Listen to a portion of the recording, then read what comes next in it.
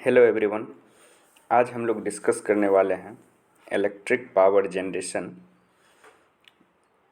Electric power generation का class 1 है, जिस क्लास में हम लोग यूनिट 1 जो है थर्मल पावर प्लांट, उसके बारे में आज हम लोग डिस्कस करेंगे। यूनिट 1 में थर्मल पावर प्लांट जो है, इसमें आपको थर्मल पावर प्लांट के कंसेप्ट को यूज करके आपको coal based thermal power plant, diesel based thermal power plant, nuclear based thermal power plant आपको स्टडी करना है। आज इस वीडियो में जो हम डिस्कस कर रहे हैं वो कर रहे हैं coal based thermal power plant. तो देखिए, सबसे पहले आपको ये समझना होगा कि थर्मल पावर प्लांट है क्या। तो देखिए, थर्मल पावर प्लांट क्या है कि फाइनली हम लोग एनर्जी का यहाँ कन्वर्जन करते हैं, मतलब वन फॉर्म में एनर्जी है उसको इलेक्ट्रिकल फॉर्म ऑफ एनर्जी में हम लोग कन्वर्ट करते हैं। तो इस प्रोसेस में हम लोग हीट का यूज करते हैं। थर्मल मतलब होता है टेम्परेचर, हीट का यूज करते हैं। और हीट कहाँ से हम लोग फाइनली लाते हैं, तो हम लोग अगर coal based thermal power plant बोलते हैं तो कोयला को फाइनली हम लोग बर्न करते हैं। और कोयला को बर्न करने के बाद उससे जो हीट रिलीज होता है, उस हीट से हम पानी को गर्म करके स्टीम के फॉर्म में कन्वर्ट करते हैं। और फाइनली उस स्टीम का फ्लो करवाते हैं हम लोग टरबाइन पे। और टरबाइन फाइनली कपल्ड क्या रहता है, इलेक्ट्रिकल अल्टरनेटर बोलिए या जनरेटर बोलिए, और जनरेटर फिर रोटेट करता है और फाइनली हमको इलेक्ट्रिकल एनर्जी मिलता है। मतलब ये कन्वर्जन होता है एनर्जी का। तो कोयला में जो केमिकल एनर्जी उपलब्ध है, उसको हम फाइनली कोल से हम लोग क्या करते हैं, इलेक्ट्रिकल एनर्जी बनाते हैं। तो इसलिए आपके टॉपिक में लिखा ही हुआ है कि थर्मल पावर प्लांट आपको पढ़ना है, मतलब हीट का यूज करना है। लेकिन वो हीट कहाँ से आप लाएंगे, तो कोयला को बर्न करके लाएंगे। तो इसलिए इसको हम लोग क्या बोलेंगे, coal based thermal power plant. क्या बोलेंगे, coal based thermal power plant. तो ये क्लियर हो गया क्यों बोलते हैं, क्योंकि इसमें जो फ्यूल है वो हम कोयला को यूज करते हैं, कोयला एज अ फ्यूल यूज करते हैं। और कोयला के बर्निंग से जो टेम्परेचर मिलता है, ताप जो मिलता है, उस ताप से हम पानी को फाइनली स्टीम बनाते हैं, उसका भाप बनाते हैं। और सुपर हीटेड स्टीम्स को हम लोग टरबाइन पे फ्लो करवाते हैं। तो चलिए ले आउट डायग्राम देखते हैं और हम आपको कोशिश करते हैं इस ले आउट डायग्राम जो है पूरा बना हुआ, ये डायग्राम आपको दिख रहा होगा स्क्रीन पे। ये डायग्राम आप कंप्लीट डायग्राम है किसका, coal based thermal power plant का। तो चलिए वन बाय वन करके इसमें सारे पॉइंट को हम डिस्कस करते हैं। तो देखिए, इसमें अगर आप गौर से देखिएगा तो आपको क्या दिख रहा होगा, सबसे इम्पोर्टेंट पार्ट इसमें आपको दिख रहा होगा आपका ये बॉयलर। क्या दिख रहा है, ये बॉयलर आपको दिख रहा है। तो बॉयलर जो आपको दिख रहा है बॉयलर जो आपको दिख रहा है, ये सबसे मेन पार्ट है आपका। सबसे मेन पार्ट क्या है, बॉयलर है। बॉयलर क्या करता है सर, बॉयलर मतलब ही होता है कि फाइनली बॉयलर के अंदर ही हम पानी को स्टीम के फॉर्म में कन्वर्ट करेंगे। बॉयलर जो लगा रहता है, बॉयलर के जस्ट नीचे में, यहाँ तो स्कीमेटिक डायग्राम यह ले आउट है इसलिए हम लोग नहीं दिखा रहे हैं। बॉयलर के जस्ट नीचे में फर्नेस रहता है, यानी कि फर्नेस और बॉयलर दोनों एक साथ रहते हैं। प्रैक्टिकली जब आप थर्मल पावर प्लांट का विजिट में जाइएगा तो वहाँ आप देखिएगा कि बॉयलर और फर्नेस दोनों एक साथ है। लगभग 85 मीटर का हाइट रहता है ग्राउंड से। तो आपका बॉयलर उसमें रहता है और फर्नेस नीचे रहता है। फर्नेस मतलब हुआ चूल्हा, जिसमें कि हम लोग फाइनली कोयला को बर्न कराते हैं। और फिर बॉयलर में पानी रहता है। अब बॉयलर भी दो टाइप का है, water tube boiler, fire tube boiler. तो प्रैक्टिकली जो है वाटर ट्यूब बॉयलर को हम लोग बहुत ही बड़े लेवल पे यूज करते हैं। ठीक है, तो चलिए वन बाय वन करके समझाएंगे। सबसे पहले ये समझिए कि बॉयलर है सर, और उसके नीचे फर्नेस है। फर्नेस मतलब नीचे एक चूल्हा हो गया सर, चूल्हा के ऊपर आपका, आप लोग समझते होंगे केटली, केटली समझते होंगे, जिसमें हम लोग पानी वगैरह गर्म करते हैं, जस्ट लाइक वैसे ही केटली है। अब इसको फर्नेस में जो कोयला जलेगा वो कहाँ से जलेगा सर, तो कोयला लाना होगा। तो कोयला को जो हम लोग लाएंगे सर, इस डायग्राम में आप देख सकते हैं, इस डायग्राम में आप देख सकते हैं कोयला का कोयला जो आप लाइएगा वो कहाँ से लाइएगा सर? तो कोयला जो है फाइनली हम लोग लाएंगे कहाँ से? कोल स्टोरेज से लाएंगे। कोल स्टोरेज यानी कि कोयला स्टोरेज प्लांट रहता है जिसको CHP बोलते हैं, कोल हैंडलिंग प्लांट। और फिर कोल हैंडलिंग प्लांट में जो कोयला आता है वो कोल स्टोरेज से आता है, यानी कि जहाँ भी कोयलरी है, नियरेस्ट जो भी कोयलरी है, कोयला का खदान है, वहाँ से हम लोग ट्रेन या बाय ट्रक कोयला को ढो के लाते हैं प्लांट के उस एरिया में जहाँ की कोयला को हम लोग स्टोर करते हैं।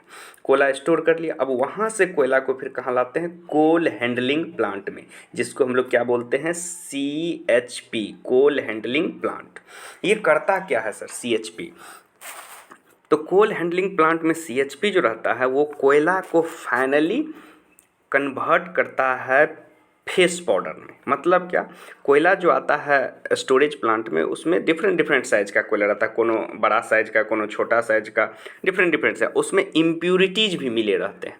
तो उस कोयला को फाइनली हम सबसे पहले उसमें जो भी इम्प्यूरिटीज हैं, जो भी अनवांटेड मटेरियल है, आयरन वगैरह है, मिट्टी वगैरह है, सबको हम लोग उसको सबसे पहले उससे रिमूव करते हैं। फिर उसको क्या करते हैं? हैमरिंग करते हैं। हैमरिंग करने के बाद उसको छोटा छोटा साइज बनाते हैं और फिर मैग्नेटिक फील्ड से उसको गुजारते हैं, मैग्नेट के पास से गुजारते हैं। उसमें लौह अयस्क तत्व का कोई भी चीज़ हो, आयरन कंटेंट कोई भी मटेरियल हो, तो सारा वो मैग्नेट उसको अपनी तरफ खींच ले और सिर्फ कोयला बचे। और फिर वहाँ से कोयला को मूव करते हुए हम लोग कहाँ लाते हैं? बॉल बेयरिंग मिल में लाते हैं। ठीक है, बॉयलर में देने से पहले, बॉयलर में तो कोयला नहीं देते हम लोग, फाइनली फर्नेस में देते हैं कोयला फर्नेस, तो जो बॉयलर के नीचे लगा रहता है।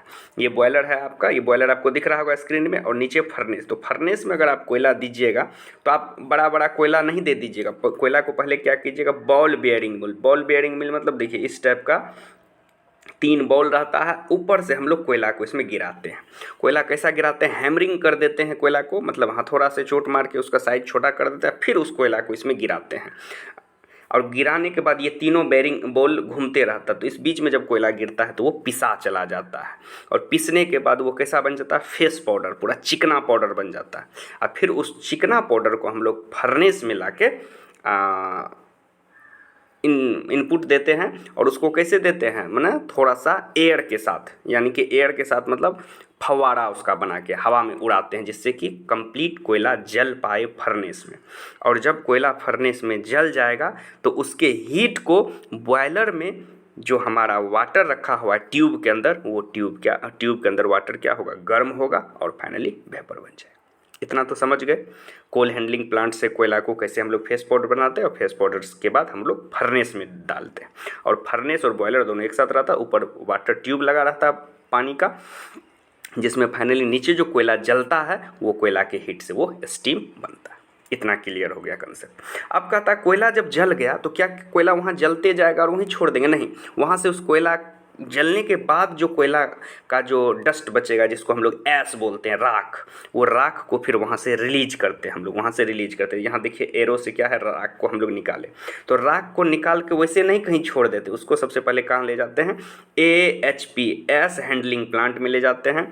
एश हैंडलिंग प्लांट से एश स्टोरेज होते हुए अगर जो फाइन डस्ट है जिसको आप नहीं रोक पाइएगा, वो स्टेक चिमनी के थ्रू, यहाँ देखिए चिमनी आपको दिख रहा होगा, चिमनी के थ्रू ऊपर चला जाएगा, एयर में रिलीज कर देंगे, जिसको हम नहीं रोक पाएंगे उसको हम चिमनी के थ्रू एयर में दे देंगे। यहाँ चिमनी है, उसके थ्रू एयर में दे देंगे, हवा में, वातावरण में छोड़ देंगे। जिसको हम कलेक्ट कर पाएंगे उसको एश हैंडलिंग प्लांट्स के बाद एश स्टोरेज के थ्रू बहुत बार हम लोग सीमेंट प्लांट को भी देते हैं कोयला का राख, वो सीमेंट में मिला के उसको सीमेंट बनाता है कोयला के ऐश को। और कुछ केस में हम लोग डंप भी कर देते हैं, मतलब धरती के अंदर गड्ढा खोद के कोयला के राख को हम लोग डंप कर देते हैं। जो कलेक्ट हो पाता, जो राख नहीं कलेक्ट हो पाता उसको फाइनली हम लोग एयर में रिलीज कर देते हैं। तो AHP का क्या काम है कि कोयला का जो राख है उसको स्टोर करना, जितना फाइन डस्ट है जो नहीं स्टोर हो पाया उसको एयर में रिलीज कर देंगे चिमनी के थ्रू, जो डस्ट कलेक्ट हो पाया उसको कलेक्ट करके सीमेंट प्लांट है तो उसको दे देंगे, और फिर जो और भी रेस्ट बच जाएगा तो उसको हम लोग ऐश पॉन्ड होता है, क्या बोलते हैं? ऐश पॉन्ड, राख का छोटा सा तालाब टाइप का हम लोग बनाते हैं, उस ऐश पॉन्ड में उसको डंप कर देते हैं। तो आपको इतना समझ में आएगा कि बॉयलर में पानी गर्म करने के लिए कोयला का ज़रूरत पड़ता है। कोयला कहाँ से आता है? कोयलेरी से आता है। कोयलेरी में से आने के बाद कोल्ड स्टोरेज बाद कोल्ड हैंडलिंग प्लांट, और फिर जो वहाँ से राख बनता हो तो राख को भी वहाँ से निकालते हैं एस हैंडलिंग प्लांट में, फिर वहाँ से एस स्टोरेज। ये प्रोसेस समझ में। अब बॉयलर में जो आप पानी लाए, पानी को जो गर्म किए, किससे गर्म किए? कोयला को जला के, तो बॉयलर में स्टीम बना। पानी जैसे ही गर्म होगा स्टीम बनेगा। तो स्टीम जैसे बना, उसका फ्लो देखिए यहाँ से, स्टीम जैसे बना, इस होके बॉयलर से स्टीम बना, यहाँ से कहाँ जाएगा? सुपर हीटर में जाएगा। और सुपर हीटर में जो नॉर्मल स्टीम बना, उस स्टीम को और ज़्यादा हम सुपर हीट करते, मतलब 540 डिग्री टेम्परेचर, 540 डिग्री टेम्परेचर, 132 से 142 kg पर सेंटीमीटर स्क्वायर का प्रेशर, इतना हम उस स्टीम के साथ जनरेट करते हैं। इतना जब प्रेशर और टेम्परेचर का स्टीम जब मिलता है, तो उस स्टीम को हम बल्ब के थ्रू कहाँ? टरबाइन पे रिलीज करते हैं। टरबाइन आपको दिख रहा होगा, टरबाइन पे। और टरबाइन पे जैसे ही रिलीज कीजिएगा तो टरबाइन क्या होगा? फाइनली रोटेट करेगा। और टरबाइन से देखिए यहाँ कपल किए हुए जनरेटर, टरबाइन से क्या कपल किए हुए? जनरेटर। तो फाइनली हम लोग का जब टरबाइन उस स्टीम फ्लो से रोटेट करेगा, तो हम लोग का जनरेटर भी, अल्टरनेटर जिसको बोलें, अल्टरनेटर भी रोटेट करेगा, और फाइनली अल्टरनेटर से इलेक्ट्रिसिटी प्रोड्यूस होगा, अल्टरनेटर से इलेक्ट्रिसिटी प्रोड्यूस होगा। तो ये एक सिंपल वे में हम आपको समझाएं। अब कहता है कि बॉयलर में पानी कहाँ से देंगे? बॉयलर में जो वाटर ट्यूब बॉयलर है, तो पानी कहाँ से देंगे? तो पानी का सिस्टम देखिए, आपको दिख रहा होगा यहाँ, पानी का सिस्टम यहाँ दिख रहा होगा, नदी, रिवर, नीचे लिखा हुआ रिवर।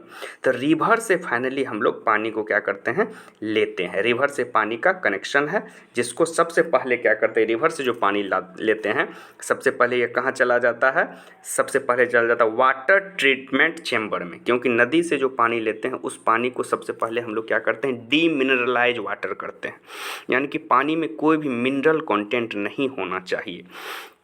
तो जैसे ही नदी से पानी लेंगे, तो उस पानी को सबसे पहले ट्रीटमेंट करेंगे, उसका उसमें जो भी है केमिकल्स वगैरह दे के सारा पानी को डीमिनरलाइज वाटर करते हैं। और जब डीमिनरलाइज वाटर हो जाता है, तो उस वाटर को फिर हम फीड वाटर पंप के थ्रू वाटर को इकोनोमाइजर होते हुए कहाँ देते हैं? बॉयलर के ट्यूब में फीड कर देते हैं। ऐसा कभी हम लोग नहीं करेंगे कि पानी हम नदी से निकालेंगे डायरेक्ट वाटर ट्यूब में दे देंगे या बॉयलर में डायरेक्ट, नहीं। वहाँ से निकालने के बाद सबसे पहले वाटर ट्रीटमेंट प्लांट में ले जाते हैं, जिसको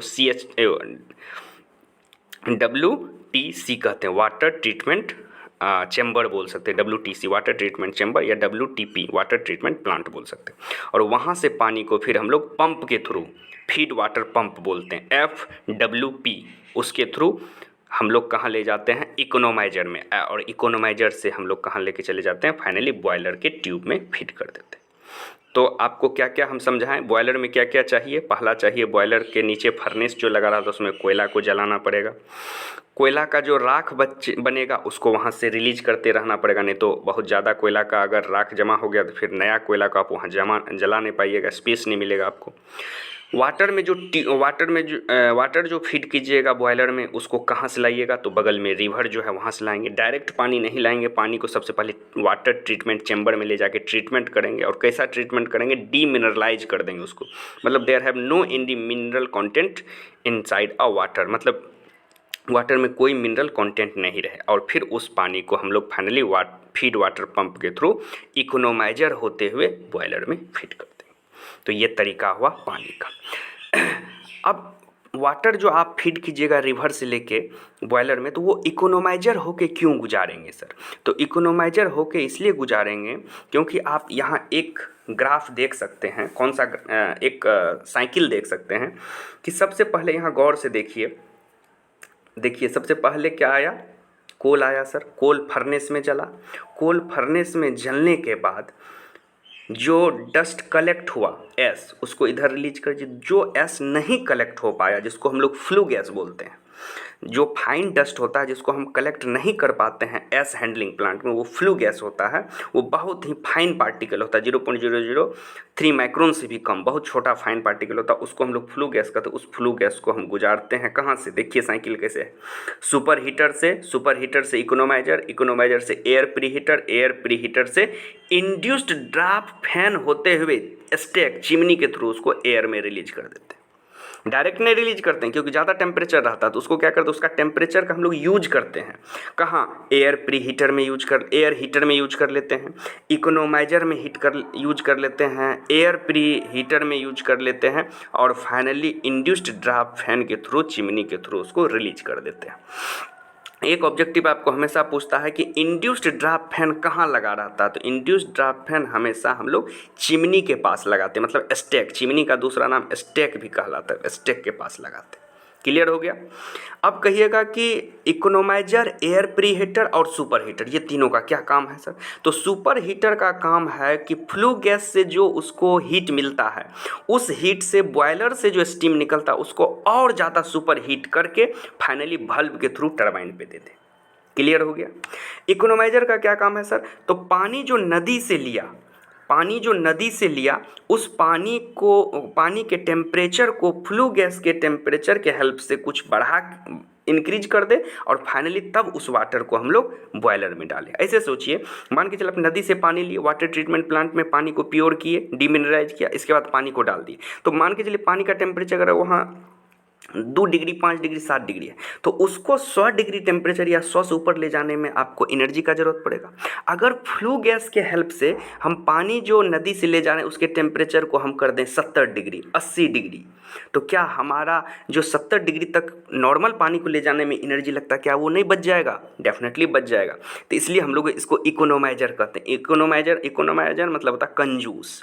मतलब कि हम लोग क्या किए सर, वाटर ट्रीटमेंट प्लांट से जो पानी निकला उस पानी को डायरेक्ट नहीं दिए बॉयलर में, हम लोग इकोनोमाइजर होके गुजारे, और इकोनोमाइजर के माने के तरफ से, ट्यूब के तरफ से इकोनोमाइजर होते हुए हम लोग का फ्लू गैस जा रहा है, तो फ्लू गैस में जो टेम्परेचर होगा वो टेम्परेचर को पानी एब्जॉर्ब कर लेगा, पानी का टेम्परेचर भी बढ़ जाएगा, और फ्लू गैस जो हम वातावरण में रिलीज करेंगे, एयर में रिलीज करेंगे, उसका टेम्परेचर भी घट जाएगा। तो यहाँ 2 फायदा है कि हम लोग जो डस्ट जो है, फाइन डस्ट जिसको हम कलेक्ट नहीं कर पा रहे हैं एस हैंडलिंग प्लांट को, उसको तो फाइनली हम लोग को एयर में रिलीज करना ही होगा, तो उसका टेम्परेचर क्यों ना हम घटा दें, और घटा दें इस तरह की हम उसका रीयूज हो जाए। तो रीयूज कहाँ करते हैं सर, कि नॉर्मल जो पानी होता है उसके टेम्परेचर को बढ़ा लेते हैं। तो एयर इकोनोमाइजर का ये सबसे इम्पोर्टेंट काम है। एक चीज़ अब कहता है कि फर्नेस है सर, तो फर्नेस में कोयला को जो जलाइएगा तो हमको क्या चाहिए सर, ऑक्सीजन चाहिए, एयर चाहिए।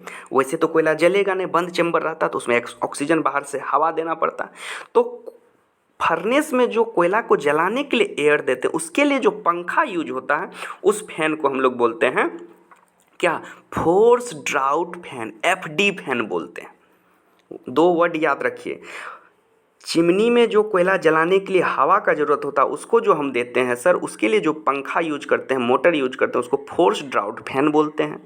और चिमनी के थ्रू, स्टेक के थ्रू जो बाहर ऐश को रिलीज करते हैं, फाइन डस्ट को जो रिलीज करते हैं, फ्लू गैस जिसको बोलते हैं सर, उसके लिए जो फैन यूज करते हैं उसको इंड्यूस्ड ड्राफ्ट फैन बोलते हैं, आईडी फैन बोलते हैं। 2 क्लियर, ये 2 ऑब्जेक्टिव है, एक आईडी फैन और एक एफडी फैन। तो एफडी फैन हमेशा बाहर से एयर को सक करके हमको फर्नेस तक ले जाने के लिए एफडी फैन यूज करते हैं, और अंदर के फ्लू गैस को सक करके चिमनी के थ्रू बाहर करने के लिए आईडी फैन यूज करते हैं। क्लियर। अब कहता है कि बाहर से आप हवा ले रहे हैं, किससे, एफडी फैन से बाहर से हवा सक किए, क्या वो बाहर से जो नॉर्मल हवा लिए वही आप जाके फर्नेस में डाल दीजिएगा कोयला को जलाने के लिए? नहीं डालेंगे सर। क्यों? अगर जाड़ा महीना है तो बाहर से जब हवा लीजिएगा तो उसमें मॉइस्चर कंटेंट रहता है, उस मॉइस्चर कंटेंट एयर को अगर आप चैम्बर में डालिएगा फर्नेस के, तो डेफिनेटली वो कोयला को जलने में बहुत ज़्यादा हेल्प नहीं कर पाए, क्योंकि खुद उसमें मॉइस्चर का कंटेंट है।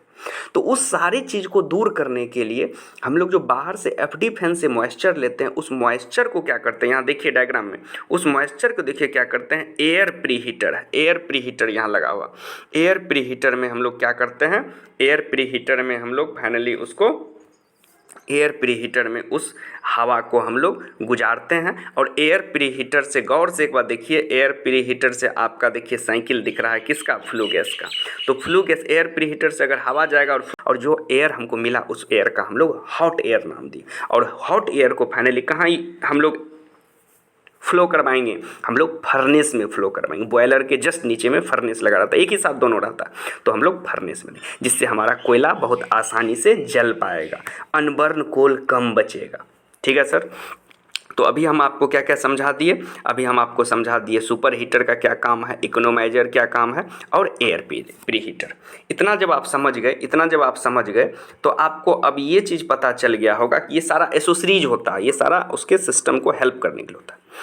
तो मेन क्या था, मेन ये था कि कोल्ड स्टोरेज प्लांट से कोयला आया, कोयला को फेस पाउडर बनाए, फर्नेस में जलाए, बॉयलर में पानी था गर्म हुआ, वो पानी स्टीम बनने के बाद सुपर हीटर में गया, सुपर हीटर से भल्ब के थ्रू स्टीम के फ्लो को हम लोग भल्ब के थ्रू कंट्रोल करते हैं, भल्ब के थ्रू टरबाइन पे गया, टरबाइन जब रोटेट किया सर उससे जनरेटर कपल किया और जनरेटर आपका फाइनली रोटेट करेगा तो इलेक्ट्रिसिटी प्रोड्यूस होगा। सिंपल डायग्राम यही कहता।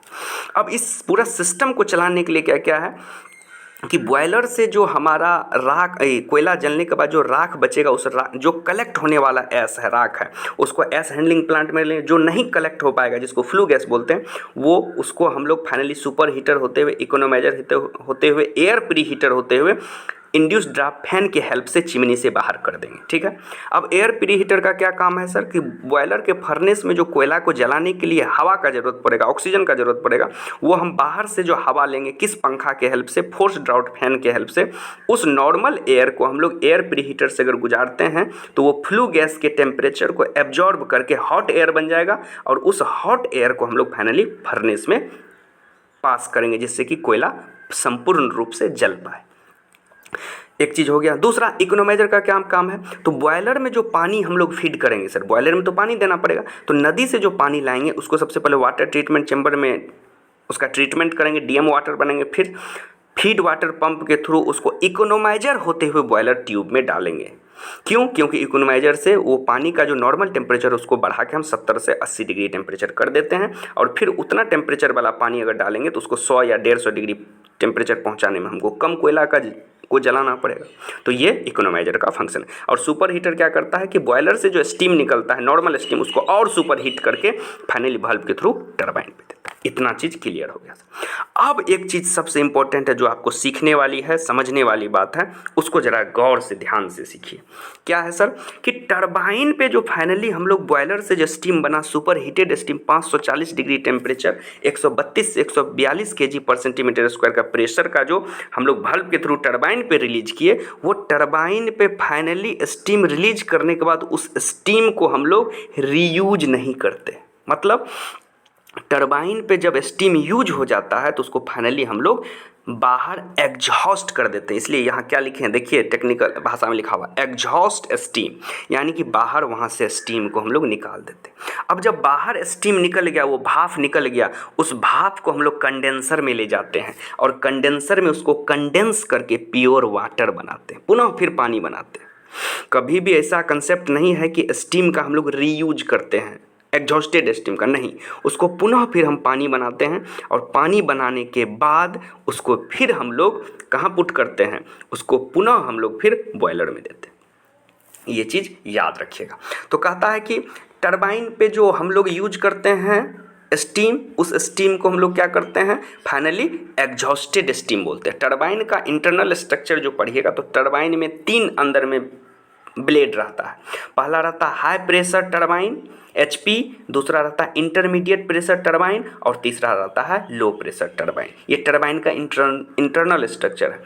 3 ब्लेड रहता है, high pressure turbine, intermediate pressure turbine और लो प्रेशर टरबाइन। तो लो प्रेशर टरबाइन से जब स्टीम रिलीज होता है तो उसको एग्जॉस्टेड स्टीम कहते हैं और उसको बाहर हम लोग निकाल लेते हैं।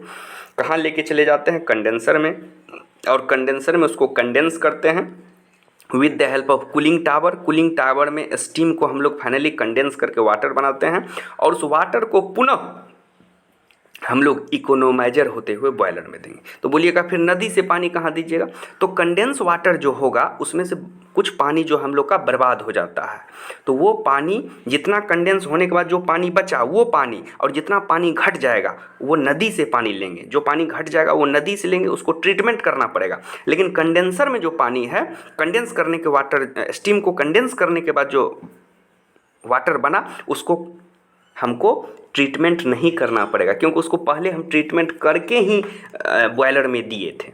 ठीक है। तो हम लोगों को ट्रीटमेंट का खर्च बच जाता है। तो इसलिए हम लोग कंडेंस वाटर को डायरेक्ट बॉयलर में फीड कर देते हैं, और जितना मेकअप वाटर लगता है, यानी कि जो पानी बर्बाद हो गया भाप के रूप में या लीकेज के रूप में, तो फाइनली फिर मेकअप वाटर के रूप में हम लोग वाटर ट्रीटमेंट प्लांट से पानी को मिला के, दोनों पानी को मिला के फिर हम लोग बॉयलर में फीड कर देते हैं इकोनोमाइजर होते हुए। ये चीज़ क्लियर हो गया। कंडेंसर क्या है, कूलिंग टावर क्या है। कूलिंग टावर एक तरह से स्टीम को कम्प्लीटली वाटर बनाने में यूज किया जाता है, और कंडेंसर में फाइनली हम लोग एग्जॉस्ट स्टीम को लाते हैं, फिर कूलिंग टावर से देखिए पूरा साइकिल बना हुआ है। देखिए एग्जॉस्ट स्टीम यहाँ आया, यहाँ से कंडेंसर में फिर कूलिंग टावर से होते हुए फिर कंडेंसर, और कंडेंसर से होते हुए फीड वाटर पंप होते हुए इकोनोमाइजर होते हुए फर्नेस में चला गया, बॉयलर में चला गया। वाटर ट्यूब बॉयलर थे, ट्यूब में चले।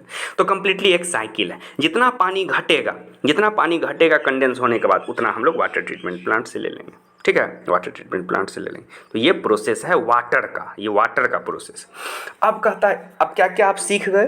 तो हम पहला चीज़ सीखे सर कि बॉयलर में हम लोग का पानी कैसे आएगा, बॉयलर में कोयला को कैसे जलाएंगे। दूसरा चीज़ कि कोयला कहाँ से आएगा और कोयला का ऐश बचेगा, उसका कैसे सिस्टम करेंगे। तीसरा चीज़ कि टरबाइन से जो स्टीम निकला उसको एग्जिस्टेड स्टीम कहेंगे, उसको कंडेंसर में ले जाएंगे कूलिंग टावर, और फिर जितना पानी घट रहा है उसको वाटर ट्रीटमेंट प्लांट के मिला के इकोनोमाइजर होते हुए फिर फर्नेस में पुनः देंगे। ये प्रोसेस साइकिल चलते रहता है।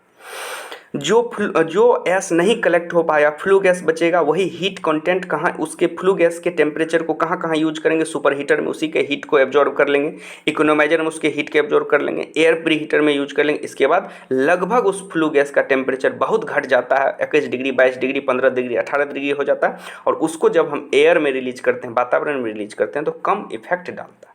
ठीक, ये जब इतना चीज़ सीख गए, तब आप आइए अल्टरनेटर सेक्शन, मतलब इलेक्ट्रिकल सेक्शन में आइए।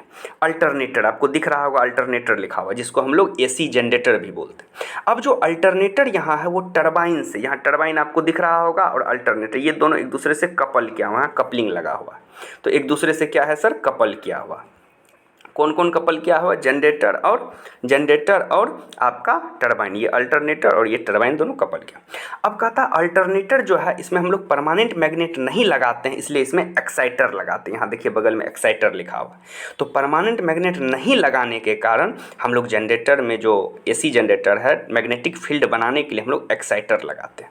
ठीक है, जिससे हम लोग एक्साइटेशन करते हैं उसके, किसको, रोटर को एक्साइटेशन करने के बाद मैग्नेटिक फील्ड बनता है, और उस मैग्नेटिक फील्ड को स्टेटर में जो कंडक्टर रहता है सर, वो मैग्नेटिक फील्ड स्टेटर के कंडक्टर को कट करता है, और स्टेटर में फाइनली इंड्यूस्ड वोल्टेज होता है। ठीक है सर, इतना तो समझ में आ गया। अब कहता है जब जनरेटर से आपका 3 फेज, हम लोग का कैसा जनरेटर है सर, 3 फेज अल्टरनेटर है। कैसा है, 3 फेज अल्टरनेटर आपका, 3 फेज एसी अल्टरनेटर है। और 3 फेज एसी अल्टरनेटर अगर आपका है सर, तो ये 3 फेज एसी अल्टरनेटर जो इलेक्ट्रिसिटी जनरेट करता है जनरेटर के थ्रू, यहाँ से इसको फिर हम लोग ट्रांसफार्मर में ले जाते हैं, पावर ट्रांसफार्मर, उस वोल्टेज लेवल को बढ़ाते हैं। फिर उसके बीच आइसोलेटर लगा रहता है, सर्किट ब्रेकर लगा रहता है, और फाइनली बस बार लगा रहता है, जो कहाँ लगा रहता है, स्विच यार्ड में। इसको क्या बोलते हैं सर, स्विच यार्ड। हर एक पावर प्लांट का अपना स्विच यार्ड होता है। तो स्विच यार्ड में फाइनली ये क्या करता है सर, फाइनली ये इलेक्ट्रिसिटी जो हम प्रोड्यूस करते हैं अल्टरनेटर से ट्रांसफार्मर से आइसोलेटर से सर्किट ब्रेकर से बस बार अरेंजमेंट लगा रहता है स्विच यार्ड में। वहाँ हम फाइनली जो उस पावर प्लांट के जनरेटर से जितना भी इलेक्ट्रिसिटी प्रोड्यूस है, सबको वहाँ हम लोग फ्लो करवाते हैं। ठीक है सर, तो ये कंप्लीट आपका एक्सप्लेनेशन है coal based thermal power plant. इसमें 2 सेक्शन है, एक मैकेनिकल वाला सेक्शन है, एक इलेक्ट्रिकल वाला सेक्शन है। तो इलेक्ट्रिकल वाला सेक्शन जो है वो अल्टरनेटर से हम लोग का शुरू होता है, अल्टरनेटर, एक्साइटर, फिर ट्रांसफार्मर के थ्रू जो जितना वोल्टेज पैदा किए उसको आप स्टेप अप करते हैं, और स्विचिंग एक्शन के लिए आइसोलेटर लगा हुआ, प्रोटेक्शन के लिए सर्किट ब्रेकर लगा हुआ, फिर आइसोलेटर लगा हुआ, और फिर हम लोग का स्विच यार्ड लगा हुआ है, जहाँ हम लोग इनफाइनाइट बस बार लगा रहा था, और फाइनली वहाँ पावर को हम लोग पुट कर देते हैं। तो एक बार आप रिकैप कर सकते हैं इसको।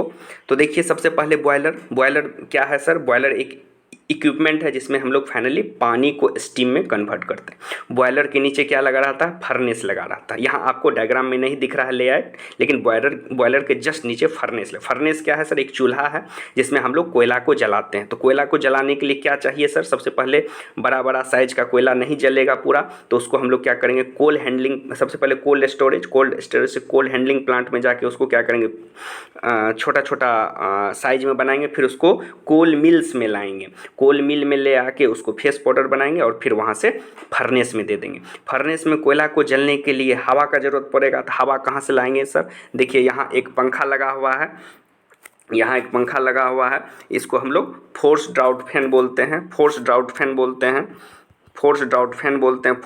फैन से हम लोग फाइनली हवा लेते हैं बाहर से, उसको एयर प्रीहीटर होते हुए हॉट एयर को हम लोग फर्नेस में दे देंगे। ठीक है, अब जब कोयला जल जाएगा तो उसका जो राख बचेगा, जो राख जमा हो पाएगा, उसको एस हैंडलिंग प्लांट होते हुए एस स्टोरेज में दे देंगे या सीमेंट प्लांट को दे देंगे। लेकिन जो नहीं कलेक्ट हो पाएगा उसको फ्लू गैस बोलते हैं, फाइन डस्ट को। वो फाइन डस्ट कहाँ से, सुपर हीटर होते हुए, इकोनोमाइजर होते हुए, एयर प्रीहीटर होते हुए हम लोग का कहाँ चला जाएगा, वो फाइनली हम लोग का चला जाएगा कहाँ चला जाएगा, वो चिमनी में चला जाएगा। आपको चिमनी दिख रहा होगा, यहाँ चिमनी इसके थ्रू बाहर चला जाएगा। ये चीज़ हो गया।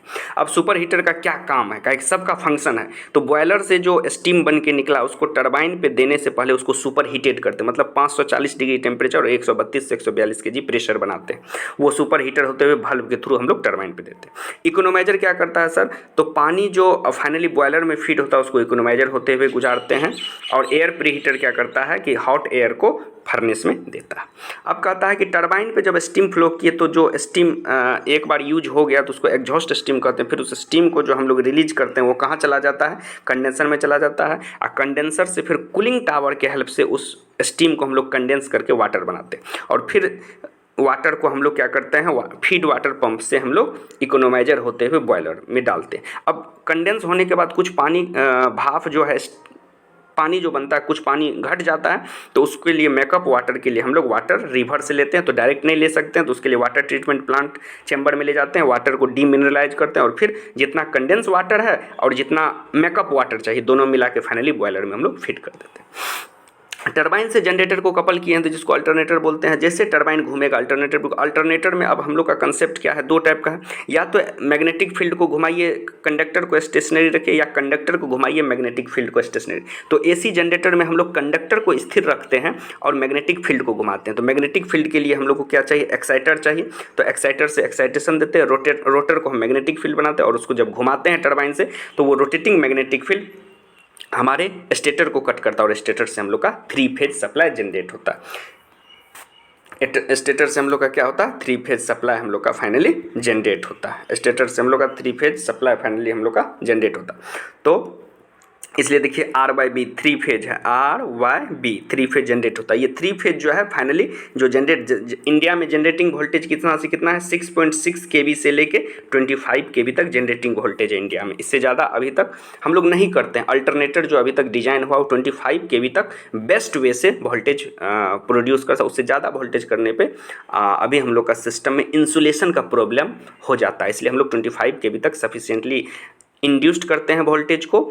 इलेक्ट्रोमैग्नेटिक फैराडेज लॉ के अनुसार EMF जनरेट करते हैं, और फाइनली उसको पावर ट्रांसफार्मर, ये जो ट्रांसफार्मर लगा पावर ट्रांसफार्मर से हेल्प से उस वोल्टेज को स्टेप अप कर लेते हैं। चाहे 220 kV कर लेते हैं, 132 kV कर लेते हैं, 400 kV कर लेते हैं, जिस टाइप का आपका पावर ट्रांसफार्मर है उस टाइप से हम लोग स्टेप अप कर लेते हैं। और फिर वहाँ से फिर इस पावर को ले जाके आइसोलेटर हेल्प से, सर्किट ब्रेकर के हेल्प से हम लोग कहाँ लेके चले जाते हैं, फाइनली इसको हम लोग लेके चले जाते हैं बस बार में। और ये बस बार का अरेंजमेंट यहाँ आपको क्या दिखाता है, यहाँ आपको दिखाता है R/B तीनों फेज R/B। और ये सब कहाँ जाके कनेक्ट होता है, स्विच यार्ड में। कहाँ होता है, स्विच यार्ड में, जहाँ आपका इनफाइनाइट बस लगा रहता है, और फाइनली वहाँ हम लोग पावर को पहुँचा देते हैं। तो अभी जो हम आपको समझाने का कोशिश की इस वीडियो में, layout and working of a typical thermal power plant with steam turbine. Steam turbine, ये टरबाइन कैसा है, स्टीम टरबाइन है।